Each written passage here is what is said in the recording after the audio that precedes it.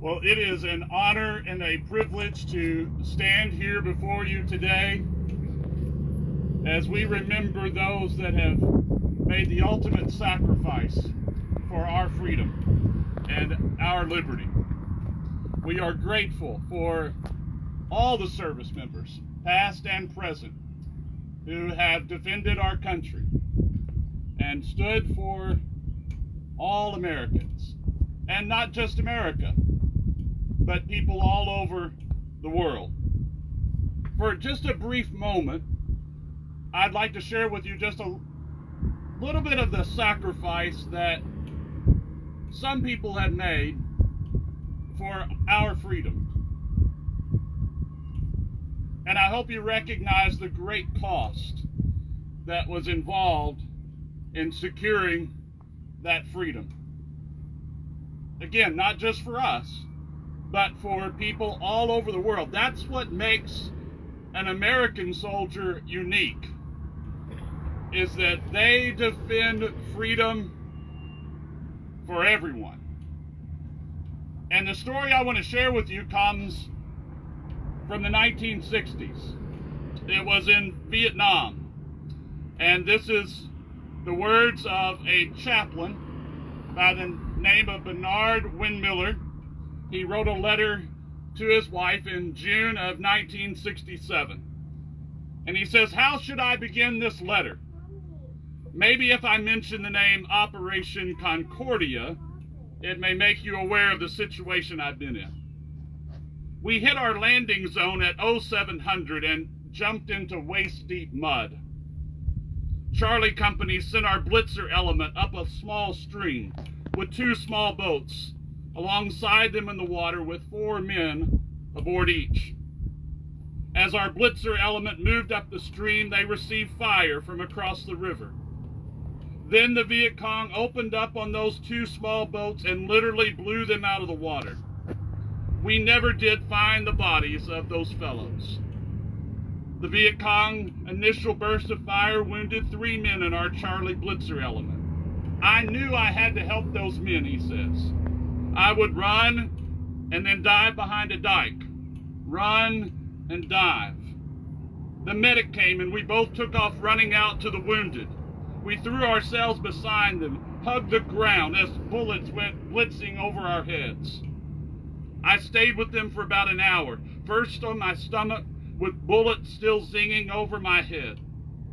They seemed so glad that the chaplain was there with them. I don't know whether you remember Lieutenant Shulman or not, Shelley, as we called him. He came walking up right in front of me. I yelled for him to get down. He took about 5 steps and got hit. He died right there in front of me. Our whole battalion was taking casualties.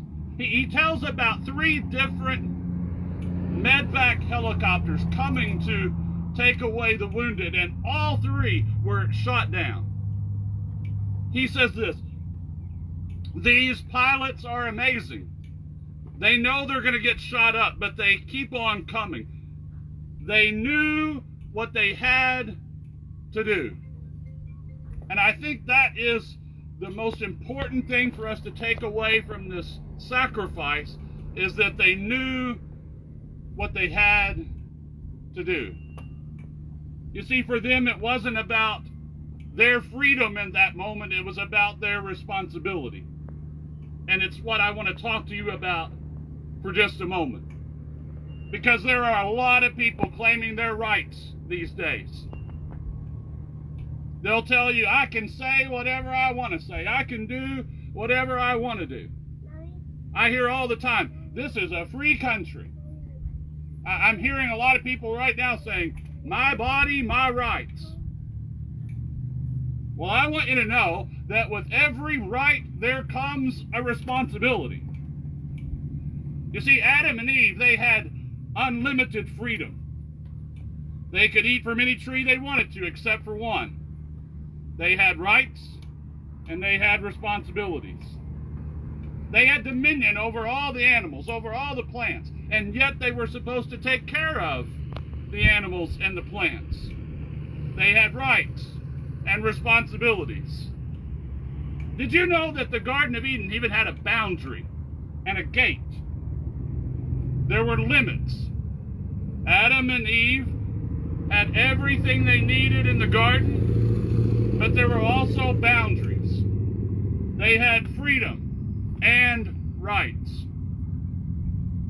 They had liberty and responsibilities. And I would remind you the same is true for us today. Your freedom is not an unlimited right to do whatever you want without limitation, without responsibility. 1 Corinthians chapter 10 says, I have the right to do anything you say, but not everything is beneficial. I have the right to do anything, but not everything is constructive. No one should seek their own good, but the good of others. That's the mindset of every veteran. They fought not for themselves. They fought for us. They served for the good of our nation and the good of others. Therefore, your freedom doesn't really belong to you. It was bought and given to you in a sacred trust at a great price because of someone else's sacrifice. Our freedom is not a banner that we should wave to get our own way. It is a depository that many brave men and women have invested in with their very lives. Our freedom and our rights were bought at a great sacrifice by a soldier's blood. Your freedom today can be found among the crosses at Arlington Cemetery. Your freedom can be found in the Washington Mall, among the statues of the GIs at the Korean War Memorial, at the names in the Vietnam Wall. Your freedom is etched into the bronze markers that are all throughout this cemetery and hundreds of cemeteries across this nation.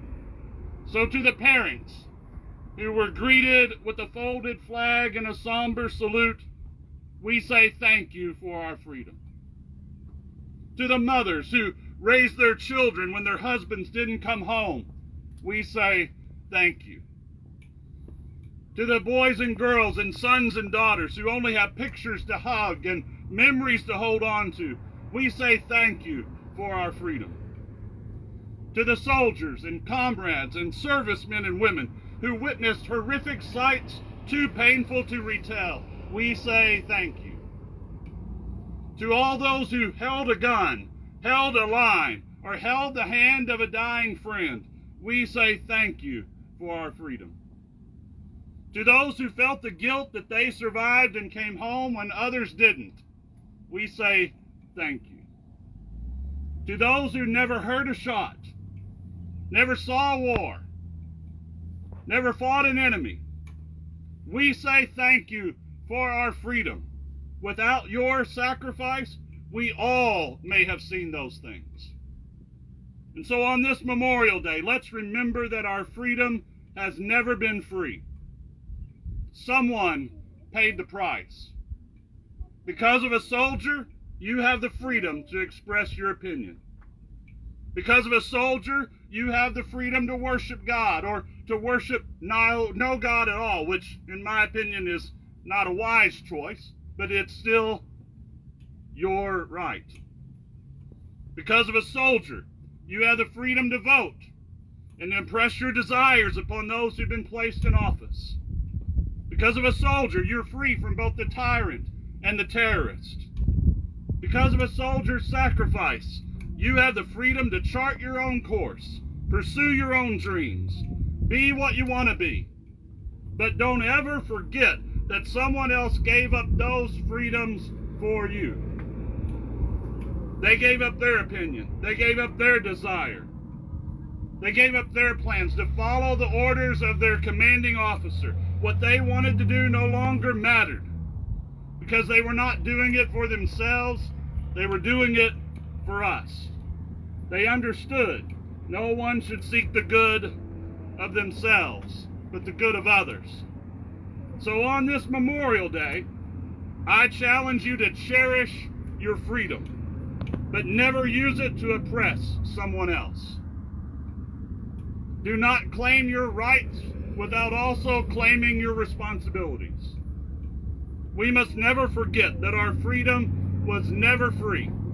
It was secured for us at a costly price. Hold it close to your chest. Pledge your allegiance to the flag. Salute a soldier.